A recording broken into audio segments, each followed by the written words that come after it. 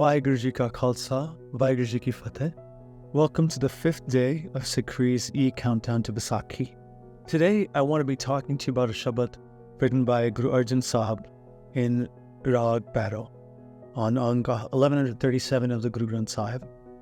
And really my purpose in understanding the Shabad over the past few weeks has been around understanding where I should orient my life towards. And I hope it has some reflections for you as well.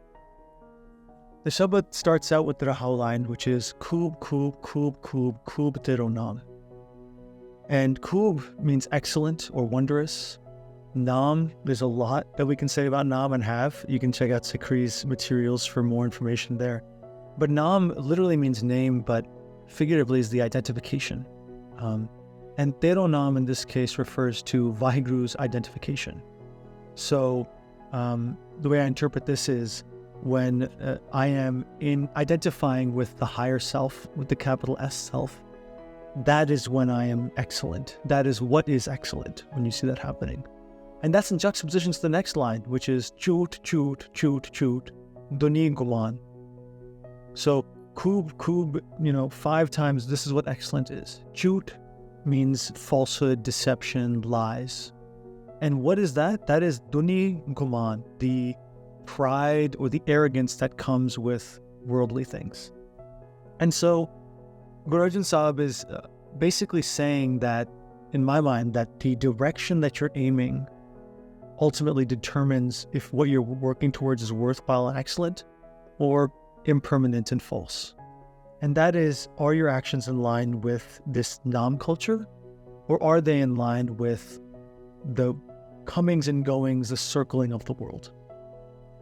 And in the next line, Guru Arjan Sahib continues, Nagaj tere bande didar apar, naam bina sab dunya char. And this is another juxtaposition. In the first line, Guru Arjan Sahib talks about how the people who are yours are great, are beautiful, and their vision is unparalleled. Par means to have a limit, apar means limitless. Their vision is limitless. And, we see that in examples throughout Sikh history, like Banda Singh Bahadur, who was able to go to different provinces, towns, villages, fight against the subjugators who were there, and then give political and economic power back to people to be able to take charge of their lives. Right? That vision that people should have the opportunity to be free and work towards their own fulfillment was within him. We also see the opposite happening. Naam bina sab dunya char.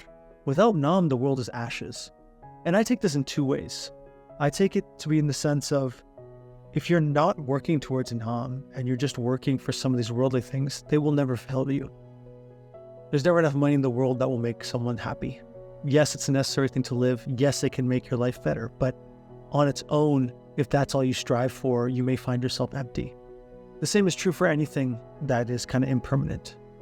Your looks are going to fade. Your family ultimately is part of who you are. But at the end of the day, you're born alone and you die alone. And it's also taken in the sense of, when we miss that context of Naam, we kind of turn the world into ash. And you see that when groups of people say, I am not like you, you are not like me, you don't deserve to live. Or there's war, there's bombings, there's genocidal campaigns. In those situations, that's without Naam, because with Naam, you realize that all of us have the same origin, we all have a shared humanity. Without Naam, we're bombed into ashes. In the next stanza, Guru Arjan Sahib continues, Achraj teri kudrat tere kadam salah, Ganeev teri sifat sache Paatshah. And I think in this line, I think a lot about how the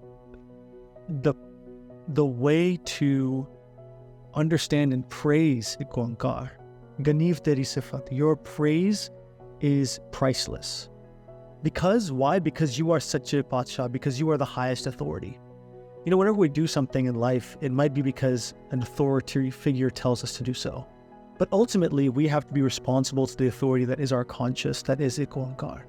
And so the steps we make in life that pursue that, when we do things because we know it's the right thing to do, even if it's the hard thing to do, that is that priceless praise, because that clarity of thought is such that we're free from we're free to do the right thing because we know it's the most important thing. And another way that I see that is through the acharaj teri kudrat, that the wonderment is in your creation. Sikhi is very much live your life in the world as a faith, right? Our job is to work in this world, to live in this world, and to look around us and see that beauty in creation, and to take the steps to, to take care of it, whether that's by making sure we live sustainably or by helping out our fellow neighbor, or just being in nature and marveling at the beauty that it has. The third stanza goes into another quality of Naam, which is Nitarya tar panhe khudai, that Khuda is the support of the supportless. And Garib Nivaj Din Rain Tyai, a command to think, Tyao, to meditate on the honor of the poor. It's interesting because in Sikh parlance, Ikonkar is both Sargun and Nirgun. Both, we are part of Ikonkar, and Ikonkar is a separate entity. And so when I look at something like the support of the supportless, in some ways it's like when I have nowhere to turn, or when other people have nowhere to turn, there's always Ikonkar there. But the other flip side of that is our job is to meditate and become like Garib Nivaj, like the one who takes care and brings honor to those who have none. And that's a command. If we are really moving towards the khubiyat, towards Naam, that means not just knowing Ikonkar is there for everyone, but also acting to help out the people who need it the most. And so it's both comforting and uncomfortable in the sense that it demands more from me. In the last line, Guru Arjan Sahib says, Nanak ko khud qasam meherban, that Khuda has been, the master qasam, has been merciful, has been graceful, has blessed me. And I think all of us can revel in the gratitude of us living, of being able to have many things in our life that we are grateful for.